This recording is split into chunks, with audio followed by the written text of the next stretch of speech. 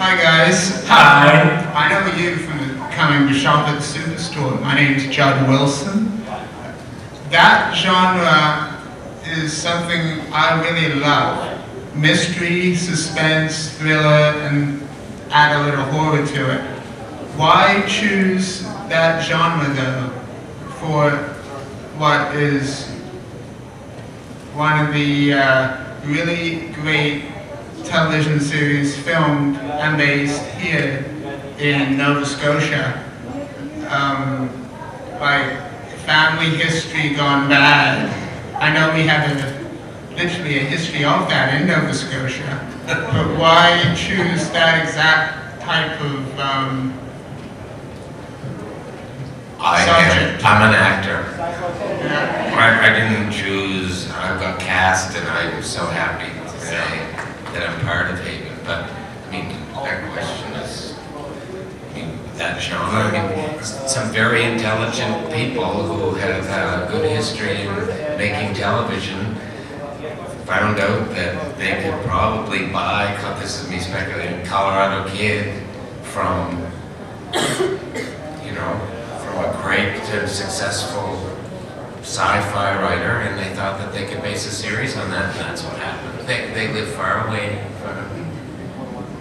But I don't think that was like Nova Scotia based in terms of choosing it because of weirdness here. Basically, it's taking place in Maine, and it's Stephen King territory. And because we're so similar to Maine itself, geographically and so on, that's why it was chosen here. It's probably cheaper to do it here than in Maine. But I don't think they have a film sort of infrastructure in Maine like they do here. Does that answer your question? Yes, it does, yeah. Okay. We do have the best film people here to make any television series. No, it's great. It's great crews and so on. Thanks for your question. Yeah. And say hi to the Superstore for us. Yeah, well. Yeah, watch out behind you, look out! Hi. Hi. Okay, just making sure that you can hear me. As you may know, the original story, the Colorado Kid, focused really on the two characters that you guys play. Yes. Do you find that as the seasons develop, and I notice your characters are moving up in time on screen, that you're going to become a bigger part of the overall arcing story and more central to what's happening? Well, the love interest between me and Audrey is yet to be established. Me too. So we don't know where it's going to go, what's going to happen next, really. Have you used the characters as portrayed in the story as models for yourself, or have you approached it from a fresh angle? You just brought your spin to these two gentlemen. I think it was our spin. I mean, I remember reading the book, and I think we've sort of changed them to some degree. What do you think, John? I put on a pair of glasses. And I got hair, so. And I guess one last one that recently revealed, of course, that the two characters you guys play again are central to Haven, the economy and things that they own. And I know you guys can't speculate on what that means, but do you feel that, again, we can joke about the great romance and stuff, but that you become more part of the key things that are going on? And if you do you feel that will change the way your characters interact with the other one?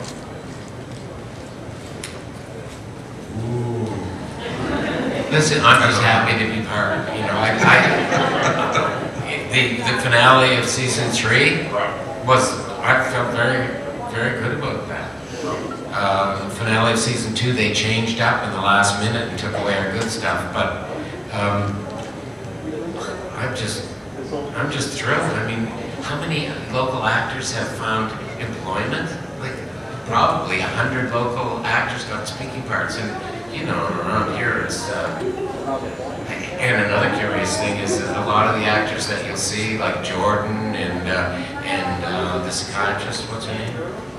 Bree. Why didn't Bree go into the room? Why did she send anyway, they all came from Toronto, but they all lived in Hollywood. And they hire Canadian actors from LA to come back to Nova Scotia. But it's wonderful. Do you know why? It's because there's something special about Canadian. There you go. And I have to say, your costume is extremely, it fits your voice. What show is that from? Pardon me? What show is It's the... actually from video games written by Halo. Oh, really? Known as Halo. Correct. Wow, nice. Thank you. Very impressive. Do you ever consider a menage a trois?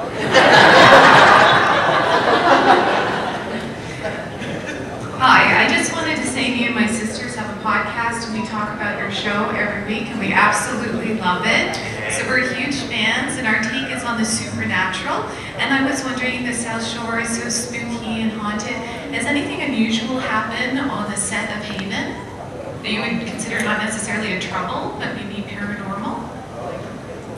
Not that I've noticed, but have you heard anything? Well, you know yourself that Nova Scotia is the apex of synchronicity. Absolutely. You know that you're thinking of your friend and there he is down the street, you haven't seen him for 3 years. I mean, the same thing happens all over, you know, wherever I go, there's always these wonderful coincidences. But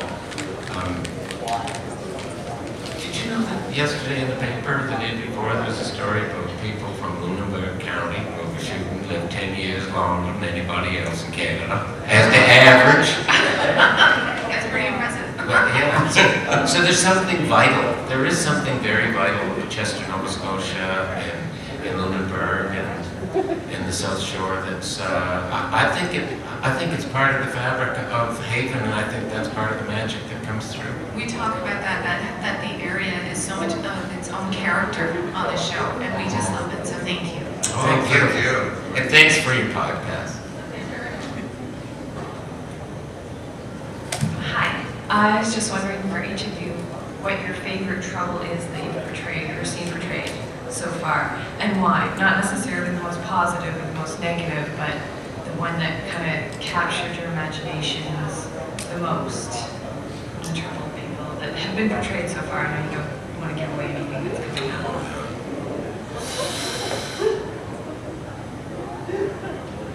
I always think, what can I answer that's interesting? But the thing is that I think Duke, Eric Balfour, is insufferably narcissistic. I love him. I just, you know, I can't believe I watch him on screen, and he has such great nuance, you know, to me. But when you think about his trouble, you know, and his history, and him fighting the legacy of his father, I mean, how much more complex can you get than that? It's just wonderful. I mean, Nathan, you know, so he can't feel a big deal. You know? One trouble, I don't know if it's been seen yet, but it's very, very small. But it's a woman who, whenever she approaches food to eat it, it turns into cheesecake. That's her trouble. And she's very large. Yes. Yes, indeed. Yeah, there's all kinds of them. How do you like the South Shore, and do you think it would be better if Haven was shot on site of Haven? Do we like the South Shore? Yes, I Ooh, lived there. he lives there. I live near there. I don't know if it would be any better. I don't think that Vince Diggs could be played better by, you know, Sean Penn. No, I live on St. Margaret's Bay, which is one half is Halifax and one half is Lunenburg. And I sometimes drive, well, less than 3 minutes to get to the set. The Grey Gull is a quarter-mile from my home. And I've always felt that, I mean, I used to, you know, write little pilots for children's episodes playing around the South Shore. And anybody who's smart enough to see the potential down there, I mean, I think that, I do. I think that that's part of the fabric of Haven, is the beauty of that. Thank you. Hi. Other than the Colorado Kid, what's your favorite Stephen King novel or novella or short story? One of the millions of things he's done. I haven't read any Stephen King. Other than the Colorado Kid. That's the downfall of my question. No. I've been fortunate enough. I worked on Dolores Claiborne, what shot in here in Nova Scotia, and so many stories, interesting things about that as well. But yes, I remember we were in the Lunenburg Opera House, and Jack Sheriff, God rest his soul, owned it at the time, and it was a big table. It was almost half as big as the stage, and there was 30 heads of the department sitting around discussing. And all of the, well, many of the heads of the department were from LA, and some of them were, you know, pretty cool, some were second rate, a lot of them were carpers. And I remember, to make a long speech, they looked at Nova Scotian on the ground people as inferior, and you could feel it was palpable. And I remember we were there and we were discussing scene 29 or whatever, it was the search scene. That's where they had rented every light. Remember, every light in Canada came here, transported here to make the, whatever, what was that? They did it up in Wolfville. What was that? Why did they have a big light in Dolores Claiborne? I can't remember it. The eclipse! Yes, thank you so much. Anyway, we're sitting there talking, and they said, okay, Dunsworth, how many, what do we have for this scene? And I said, well, I figured we should have 30 extras for the, good, let's move on. And I said, wait, how about 20 men and 10 women? Great idea, that's a good idea. I said, wait a sec, how about some of them are guys, and some of them are kids, and some of them are adults? Good, well, you mix it up and do it. I said, wait, I think we should have some dogs too. Great idea, they said, let's move on. I said, we're gonna have to import them from the US. And they said, why? I said, you know, these Nova Scotian dogs are so goddamn stupid. Taylor Hackford was the director. Took him about 3 seconds to laugh, and then everyone else would laugh. But that was my fave. Dolores Claiborne's a very good story. Hello, welcome to Hal-Con. Thank you. My question is, do you get a chance to do a lot of these cons? Is Haven really that wide of distribution all over the world that you have an opportunity to visit the conventions and stands? This is the first one for us. Awesome. So it's the first of many. So we'll see. I don't know how it's going to go. I know that the others, they go around quite a bit too. The stars. They go around to London and so on, different places, and do these conventions. This is my first, I mean, I've been all over the country doing other stuff for different kinds of things, and this is the first time I've ever been in this kind of situation. It's kind of nice.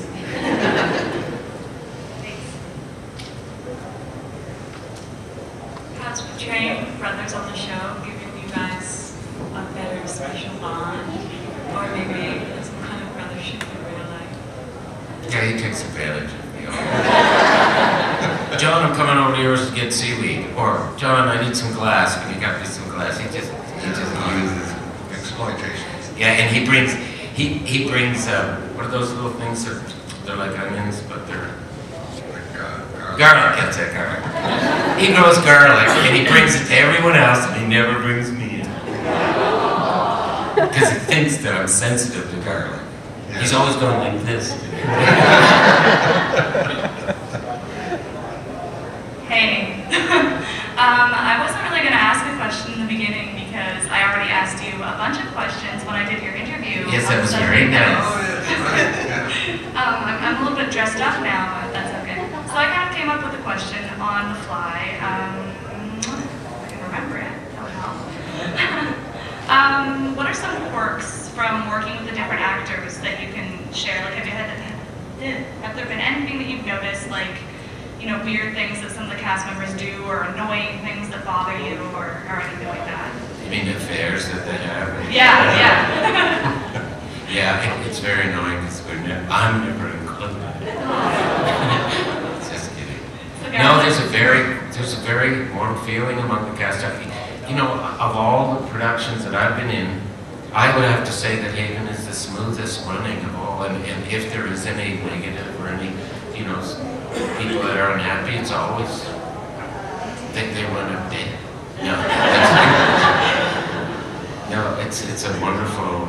I mean, a couple of guys bought a boat together, didn't they? And did they buy that boat? Sean was going to. They were going to buy this boat, share this boat. But they're all that seem to be adventurers. Like Sean Peller, who you met, who had to get up and leave. He bought a little Winnebago, you know, one of the old kind, what are the Airstream travel vans in California, and drove to Nova Scotia. I mean, that's the kind of, I mean, the guy, he's one of the leading lights in the production, and he's, I mean, he embodies the kind of friendly, very, it's really great working with him. Maybe that'll be the future look there.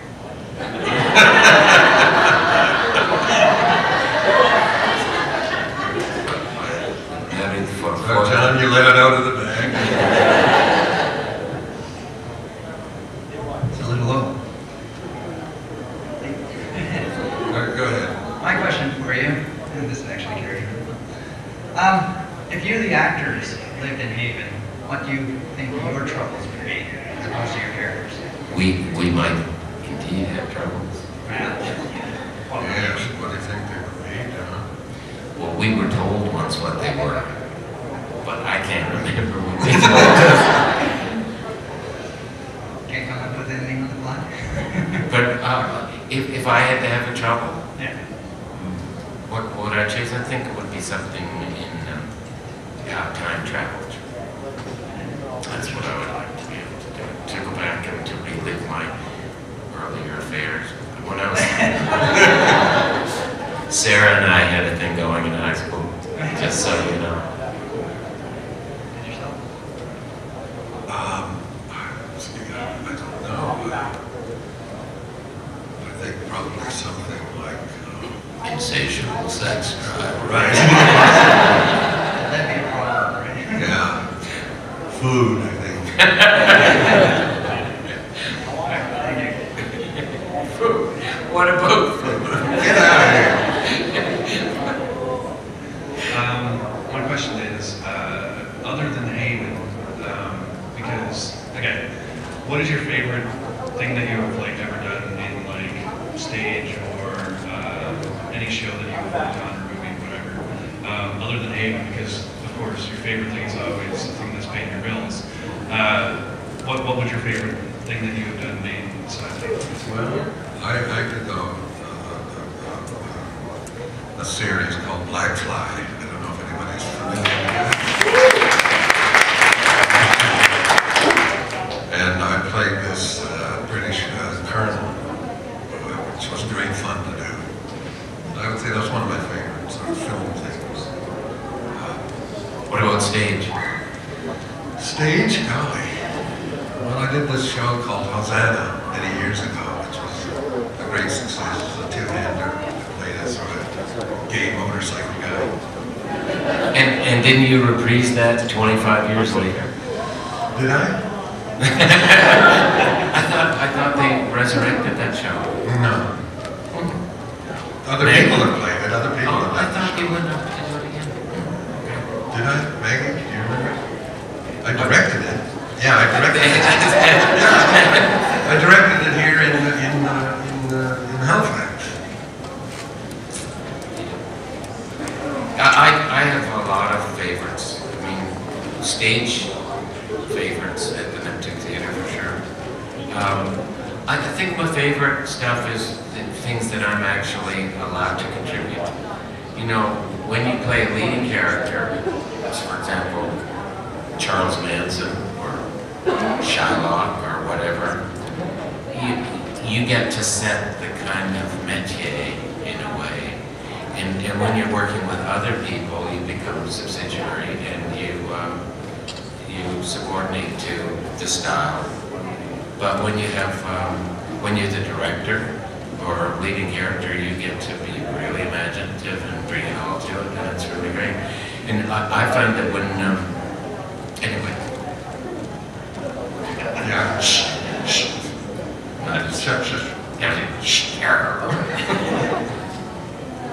Hi, thanks for coming. There's always some less than glamorous things that happen on set or that you have to deal with on set. I'm just a stage mom, but what comes to mind for us was the ticks that we had to put up with. Oh, really? Yeah. They liked you. Oh, they loved us, and my son and I didn't like that. Where was this? In Chester, on 7, beside 2.7. You shouldn't be crawling around in the grass. You couldn't really help it. And at one point we all had to, if you remember the scene, is the boys in the dock. And it's really neat because we were all hiding behind the shed, just like a shed. What, and like there's what 50 episode? people. What episode? The tides that, Tides that bind, yeah. And there's like 50 flew people. out of the water, those ones? Yeah, those ones, yeah. My son was one of those. Oh. My son was one of the kids on the dock, so he's here today. He's being quiet. But yeah, so what are some of the things that you've had to deal with, you know, other than ticks? I can't remember. Really, it was...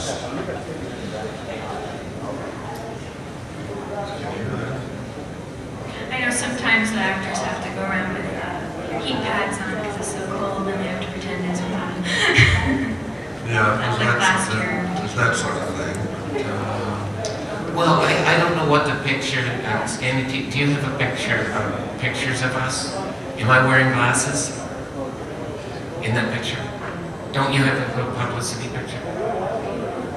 Yeah, but I'm not wearing glasses. So that's what you have to put up with. A guy that spends, you know, $5,000 just to ship his equipment down to take your photograph, and he doesn't put my glasses on. That's not Dave.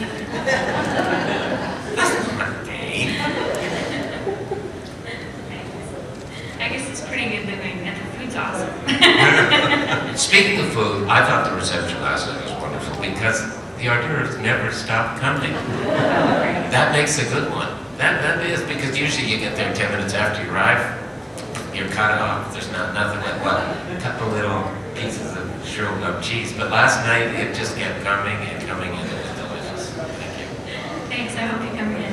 And the food on Haven, I have to tell you that there's two separate food situations. One is the craft service, which just keeps you going all day, and everything, every day, a little different.